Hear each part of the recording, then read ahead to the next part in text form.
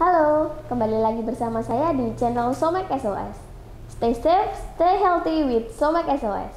Kali ini kita akan membahas seputar penyakit mematikan yaitu leukemia. Seperti yang kita ketahui, leukemia adalah penyakit yang menyerang sel darah manusia. Lalu, seperti apa sih gejala penyakit leukemia tersebut? Mari saksikan penjelasannya bersama Dr. Encing Hing.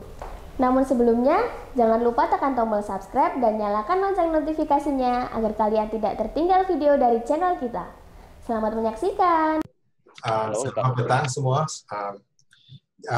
Saya Dr. Ng, saya spesialis leukemia, sekarang praktik di Singapura. Ya. Jadi hari ini kita akan bicara tentang leukemia. Sebab topik leukemia memang selalunya memerlukan stem cell transplantasi. Ya. Jadi bahagian yang kedua itu akan dibicarakan oleh Dr. Lim, di mana dia adalah spesialis stem cell transplantasi. Ya. Jadi hari ini kita akan sama-sama belajar apa itu leukemia, apa saja gejala leukemia, apa saja perawatan yang tersedia, bisakah kita menyembuhkan leukemia, ya? Ya, jadi apa itu leukemia? Dalam bahasa Indonesia mungkin kita panggilnya kanker darah, ya. Jadi sebelum kita memahami apa itu leukemia, kita mungkin perlu memahami sel-sel darah dulu, ya. Jadi dalam sel darah putih, kita memang ada berjenis-jenis darah putih. Ya, ada neutrophil, eosinophil, basophil, monosit, limfosit.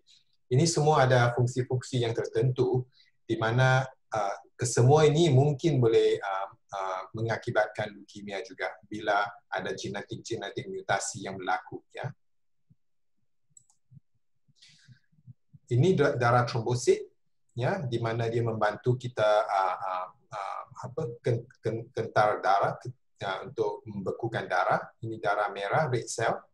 Jadi ini juga boleh melibatkan mengalami leukemia. Dia menjadi transformasi menjadi leukemia juga. Jadi apa yang sebenarnya berlaku? Apa yang menyebabkan seseorang itu mengalami leukemia? Ya.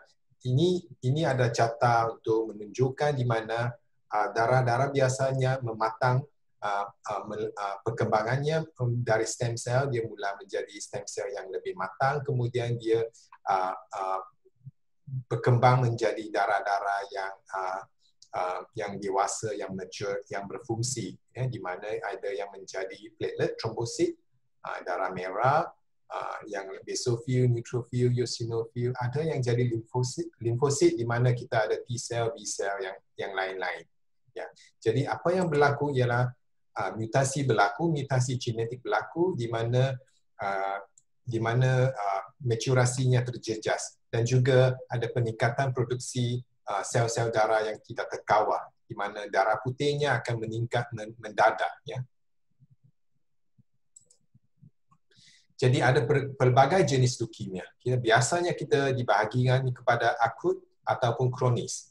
Ya, akut yang memang berbahaya. Yang kronis ini dia memang, mungkin lama, dia tidak ada banyak gejala. Ya. Tetapi akut ini memang dia gejalanya sangat agresif, di mana kalau tidak dirawat dengan secepat mungkin boleh membawa maut. Dalam leukemia akut boleh dibahagi pula kepada myeloid dan juga limfoid. Biasanya kita pernah dengar AML, ALL. Ya, yang untuk kronis kita ada CML ataupun CLL. Tapi hari ini kita akan tumpukan saja pada akut leukemia, sebab kalau saya nak sentuh semua itu mungkin perlu 2-3 jam, ya. Hari ini hanya ada introduksi saja. Jadi apa itu leukemia akut? Di mana kita boleh bagi kepada AML dan AML. Ia adalah sangat agresif. Biasanya pesakit pasien itu akan menjadi sakit tenat dengan cepat. Biasanya gejalanya berlaku dalam masa 2-3 bulan. Ya. Mungkin 4 bulan yang lepas dia masih sihat, beraktiviti dengan biasa, ya. Dan akut leukemia tanpa rawatan memang boleh membawa maut dalam 3 bulan, ya. Apakah gejala dan tanda leukemia? Memar, ya, ini memang biasa kita jumpa, ya, di mana kita ada memar yang tidak bukan disebabkan trauma, ya, atau rasa pucat, ya, atau rasa letih, ya. Pembesaran limpa di mana spleen itu mungkin menjadi besar dan menyebabkan badan rasa kembung. Kadang-kadang juga ada kelenjar getah bening pembekakan, ya, bengkak. This is a lymph node swelling. Ya, biasa juga akut leukemia boleh membawa demam gejala demam yang yang berterusan walaupun berjumpa pelbagai doktor masih berdemam. Ini yang akut leukemia yang sangat agresif di mana ada gusinya, pembengkakan gusi, ya. Ini juga adalah satu tanda gejala yang jarang kita temui, tapi ini mungkin berlaku di kulit, ya, ada ruam leukemia. Kelahan juga boleh berlaku. Keringat malam itu juga biasa kita temui, di mana walaupun hari sejuk, ya, cuaca sejuk, malam masih berpeluh sampai badan, baju semua basah, ya. Jadi bagaimana kita mendiagnosis leukemia? Ya, biasanya kita pasien-pasien mulai suspek, atau suspek leukemia bila dia tampak yang darah putih itu tinggi daripada biasa, ya, jadi tinggi dari biasa dan trombositnya rendah. Ya, kadang-kadang anemia juga berlaku di mana ini hemoglobin masih normal, mungkin ini pada tahap yang awal, stage yang awal. Yang ini di mana ada anemia tapi plateletnya masih dalam lingkungan yang normal. Ya, ini kedua-dua adalah pasien sebenar yang ada leukemia, ya. Jadi bagaimana kita mendiagnosis leukemia? Yang paling penting ialah pemeriksaan sum-sum tulang, di mana sum-sum tulang adalah tempat asal di mana leukemia berlaku. Selepas leukemia berlaku, dia akan masuk ke dalam darah sistem kita, di mana kita boleh nampak darah putih tinggi, ya. Selepas ambil sampel-sampel sum-sum tulang, kita akan buat pemeriksaan yang selanjutnya, di mana termasuk analisis aliran cytometri, karyotipi, dan juga genetik, analisis genetik untuk mengetahui apakah jenis leukemianya dan juga dia punya prognosis. Jadi tujuan evaluasi sum-sum tulang ialah untuk konfirmasikan diagnosis, tentukan jenis leukemia, dan juga untuk stratifikasi risiko leukemia untuk menentukan prognosisnya dan untuk membantu dalam memutuskan perawatan yang terbaik, ya, sebab lain jenis leukemia ada rawatan yang tertentu, ada jenisnya berlainan. Jadi ini contoh stratifikasi risiko leukemia. Jadi ini kira kita panggil standard, di mana kita melalui genetik analisis kita dapat dibahagikan leukemia kepada yang bagus, favorable, ataupun kurang bagus, intermediate, dan yang sangat-sangat tidak bagus, ya, yang tidak baik, yang agresif. Di mana dia akan memberi prognosis yang lain, ya, di mana yang bagus, hampir 80% boleh dipulihkan sepenuhnya ataupun disembuh sepenuhnya. Intermediate risk di mana hanya lebih kurang 43%, yang adverse risk lebih kurang 25%. Yang ini termasuk transplantasi, ya. Ini prognosis ini termasuk pesakit-pesakit yang mengalami stem cell transplantasi.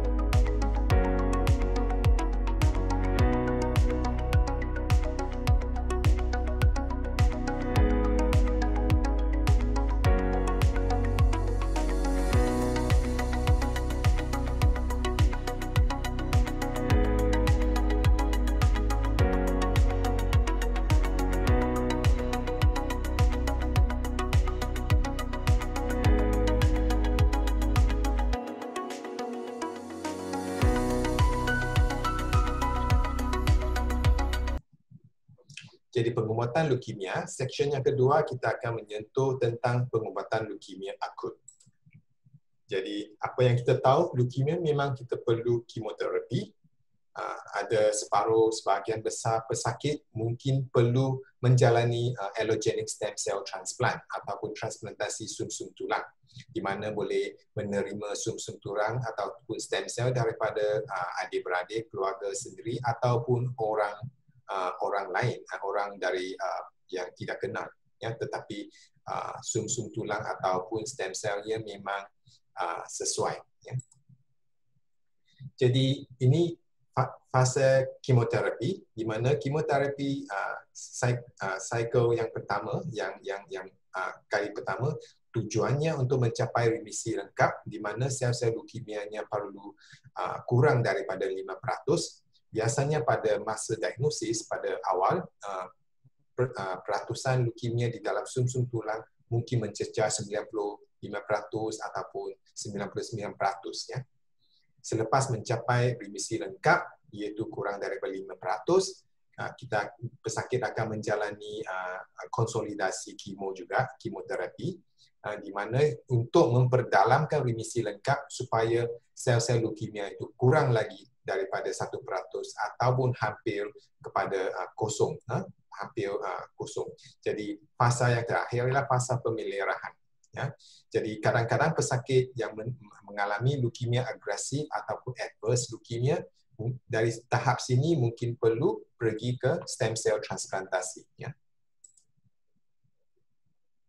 Jadi risiko kemoterapi intensif ini bergantung kepada umur, sebab kemoterapi intensif bukannya senang diterima, hanya pesakit-pesakit yang memang badannya kuat, sihat, umurnya memang muda, mungkin boleh terima. Kalau pesakit tua seperti 70 tahun atau 65 tahun, mungkin itu susah untuk diterima badannya, sebab ada risiko kematian dan juga risiko-risiko yang lain. Jadi ini lebih kurang estimate lah risiko kematian. Kalau umurnya muda, risiko kematian daripada kemoterapi intensif hanya 2-3%. Kalau 40 sampai 60 tahun umur, mungkin 5-10%. Kalau lebih daripada 60 tahun, risikonya amat tinggi juga. Ya, biasanya apa yang berlaku, kematian ini disebabkan infeksi parah ataupun sepsis. Jadi dalam kebelakangan ini, dalam 10 tahun kebelakangan ini memang ada perkembangan kemajuan yang barulah dalam pengobatan leukemia, di mana immunoterapi menjadi salah satu option, salah satu cara untuk kita melawan leukemia. Ya. Jadi ini adalah gambaran di mana kita ada banyak jenis cara untuk target leukemia, di mana kita boleh ada ubat yang memang target itu genetik leukemia, ataupun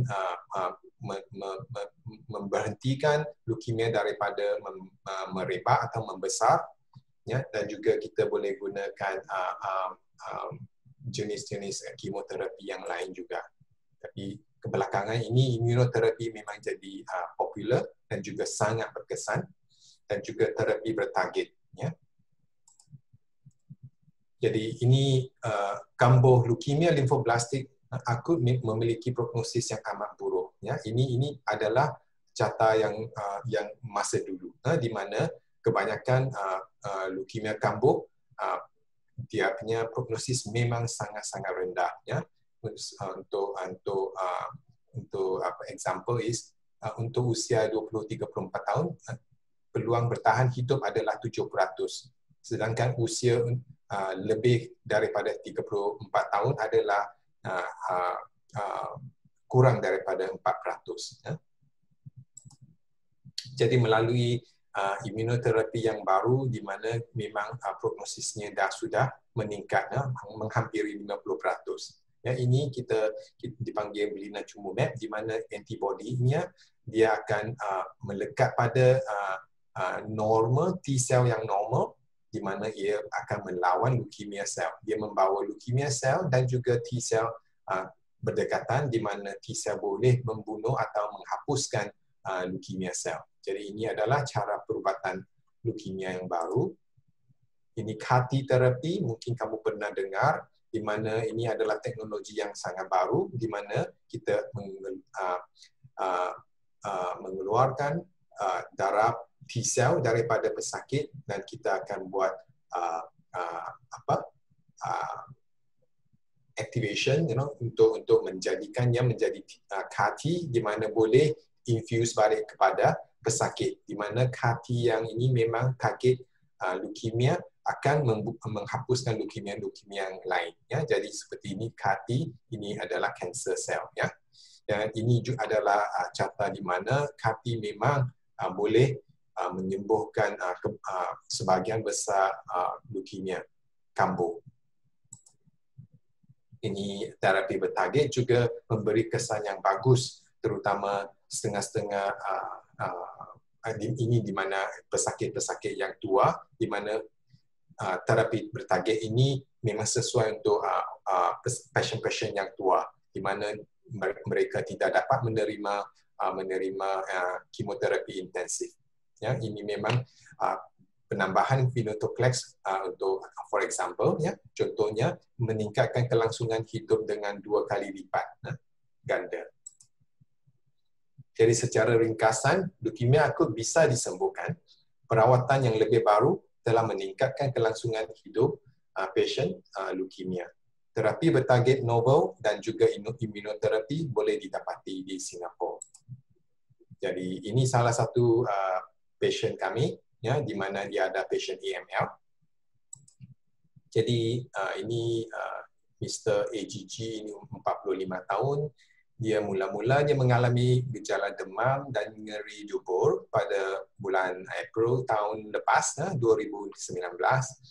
Aspirasi sumsum tulang mengkonfirmasikan diagnosis subtipe AML translocation, translokasi 821. Sebenarnya AML ini memiliki prognosis yang bagus, ya, 60% bisa disembuhkan sepenuhnya. Ya, jadi dia menerima kemoterapi yang standard 3+7. Dia tinggal di rumah sakit selama 32 hari. Biasanya induksi kemo memerlukan pesakit menginap di rumah sakit selama 4 minggu sampai 5 minggu. Ya.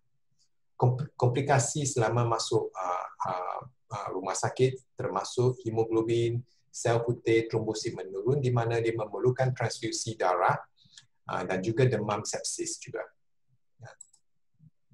Jadi respons terhadap pengubatan, dia mencapai remisi lengkap leukemia di sumsum tulang selepas 4 minggu. Dia melanjutkan 3 siklus kemoterapi lagi. Sayangnya dia menunjukkan tanda-tanda awal kekambuhan, leukemia kambuh, sewaktu 1 bulan selepas kemoterapi selesai.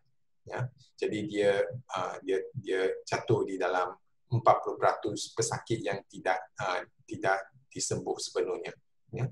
Jadi jumlah leukemia di sumsum tulang pada asalnya hanya 0,1%. Kemudiannya meningkat menjadi 1% dalam 1 bulan. Ya.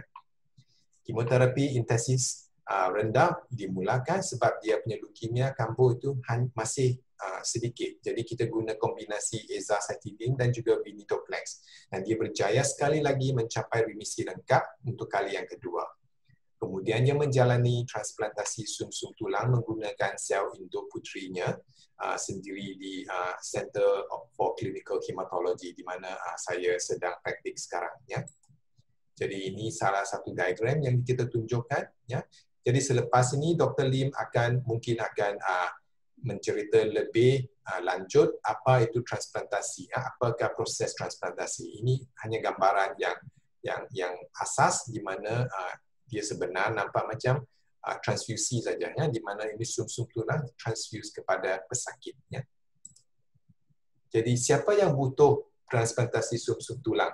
Ya, ini biasanya ini di reserve untuk AML ataupun risiko yang sangat tinggi, AML yang berisiko tinggi. Ya, ini adalah genetiknya, ataupun pesakit yang gagal merespons kemoterapi induksi awal, ataupun leukemia kambuh. Di mana semua ini memerlukan stem cell transplantasi. Terima kasih telah menyaksikan video ini. Jangan lupa tekan like, komen, dan share video ini.